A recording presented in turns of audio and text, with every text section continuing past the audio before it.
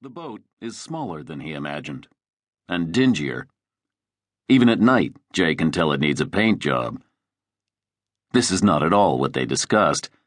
The guy on the phone said moonlight cruise, city lights, and all that. Jay had pictured something quaint, something with a little romance, like the riverboats on the Ponchar train in New Orleans, only smaller. But this thing looks like a doctored-up fishing boat at best. It is flat and wide and ugly.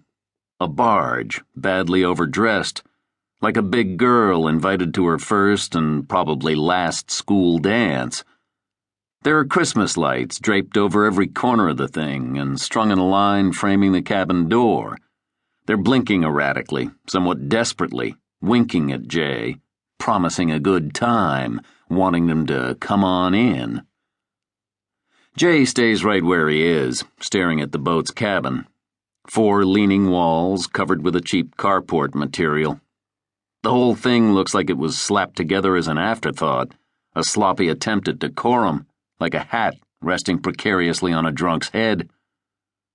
Jay turns and looks at his wife, who hasn't exactly gotten out of the car yet. The door is open and her feet are on the ground, but Bernie is still sitting in the passenger seat, peeking at her husband through the crack between the door and the Skylark's rusting frame. She peers at her shoes, a pair of navy blue Dr. Scholl's, a small luxury she allowed herself somewhere near the end of her 6th month. She looks up from her sandals to the boat, teeter-tottering on the water. She is making quick assessments, he knows, weighing her physical condition against the boat's. She glances at her husband again, waiting for an explanation. Jay looks out across the bayou before him.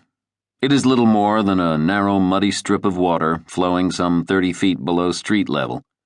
It snakes through the underbelly of the city, starting to the west and going through downtown, all the way out to the ship channel and the port of Houston, where it eventually spills out into the Gulf of Mexico.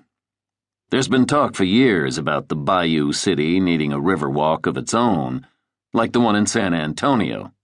But bigger, of course, and therefore better. Countless developers have pitched all kinds of plans for restaurants and shops to line Buffalo Bayou.